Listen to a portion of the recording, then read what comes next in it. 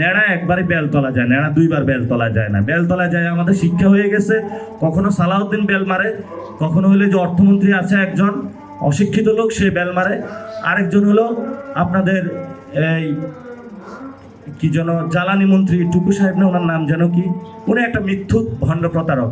উনি বলে তেল আছে না, আমরা পেট্রোল পাম্পে গেলাম তেল নাই।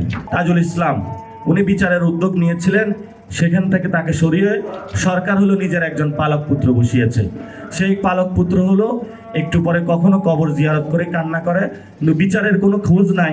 একদিন ইফতার মাহফিলে দেখা হয়েছিল যে আপনাকে কে কোথা থেকে নিয়োগ দিয়েছে, বলে আমি খুবই ভালো আইনজীবী, আমি দলের প্রতি এই গত 17 বছরের সার্ভিস রেখেছি, দলের প্রতিদান স্বরূপ আমি এটা পেয়েছি। ওই দিন কথা বলে দ্বিতীয়বার তার জীবনে তার সাথে আমার কথা বলার ইচ্ছা হয় নাই। উনি আল্লাহ জানে আমাদের এই যে 1400 লোকের যারা শহীদ হয়েছে তাদের কে বিচার করবে, এই চিফ প্রসিকিউটর, সেটা হলো আমাদের কাছে কোনো অধরা একটি বিষয়। তা আপনারা যারা আজকে ইঞ্জিনিয়াররা এখানে একসাথে হয়েছেন, আমরা বাংলাদেশের বিচার চাই, আমরা বাংলাদেশের সংস্কার চাই। এখন তারেক রহমানের যেটা আছে এটা এক্সপায়ারি ডেট, এটা নিয়ে আর আমাদের কথা বলে লাভ নাই। আমাদের নতুন করে দাঁড়াইতে হবে, নতুন করে সংগ্রাম করতে হবে, কারণ আমরা বারবার সংগ্রাম করে লাস্টবার প্রতারিত হয়েছি। এই বিএনপি সরকারে আমরা একবার আমাদেরকে নেড়া বেল তলায় গিয়েছে। এই বিএনপি সরকারের আর কোনো প্রতিশ্রুতি দেখার দরকার নাই।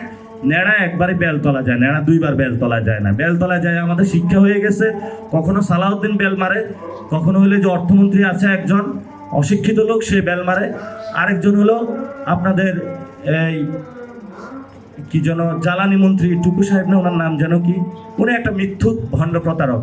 উনি বলে তেল আছে না, আমরা পেট্রোল পাম্পে গেলাম তেল নাই। তারপরে পেট্রোল পাম্পে কয়েকদিন পরে যখনই তেলের দাম বাড়িয়ে দেওয়া হলো, পকেট ভর্তি হয়েছে ওনার, সুরসুর করে তেল আসা শুরু করলো। আমি একটু আগে আসতেছিলাম সিএনজিতে করে, সিএনজি বললো সবাই সিএনজি টানতেছে। তো ভাই সিএনজি টানলেন কেন, গ্যাস কোথায়? বললো যে পাম্পে গ্যাস নাই। তো বললো যে ভাই আপনি এটা একটু বলবেন। তো গ্যাস নাই, পেট্রোল পাম্প নাই, তেল নাই, সব কিছু সুন্দর চলতেছে বাংলাদেশ।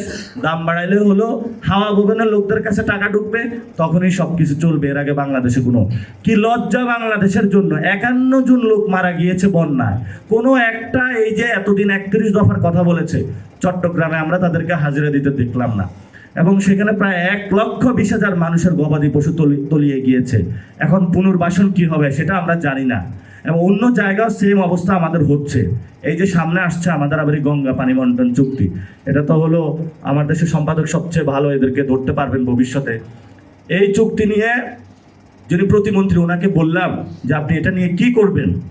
উনি আমার সাথে দেখা করতে আসলো, বললো আমরা নিয়ে এটা ভালো উদ্যোগ নিচ্ছি, ইন্ডিয়ানরা রেসপন্স করতেছে না, আমরা চায়নার দিকে যাচ্ছি, তিস্তা করবো, যদি চায়না না দেয় আমরা আমাদের টাকা দিয়ে করব। উনি বললো বুয়েটের এরা অনেক ভালো, ক্যানেলের উপর দিয়ে সাগর, সাগরের নিচ দিয়ে ক্যানেল, কি কি যেন উনি আমাকে অনেক বুঝাইলো। এই বান্দার আমি কোনো কিছু বুঝলাম না, তবে এটা বুঝলাম গঙ্গা চুক্তিতে আমরা ভালো কিছু পাচ্ছি না। এবং যে তিস্তা যে প্রজেক্টটা হচ্ছে সেখানে এক ধরনের বড় ধরনের হরিলুট হবে, সেটা আমি অ্যাটলিস্ট ওনার থেকে বুঝলাম।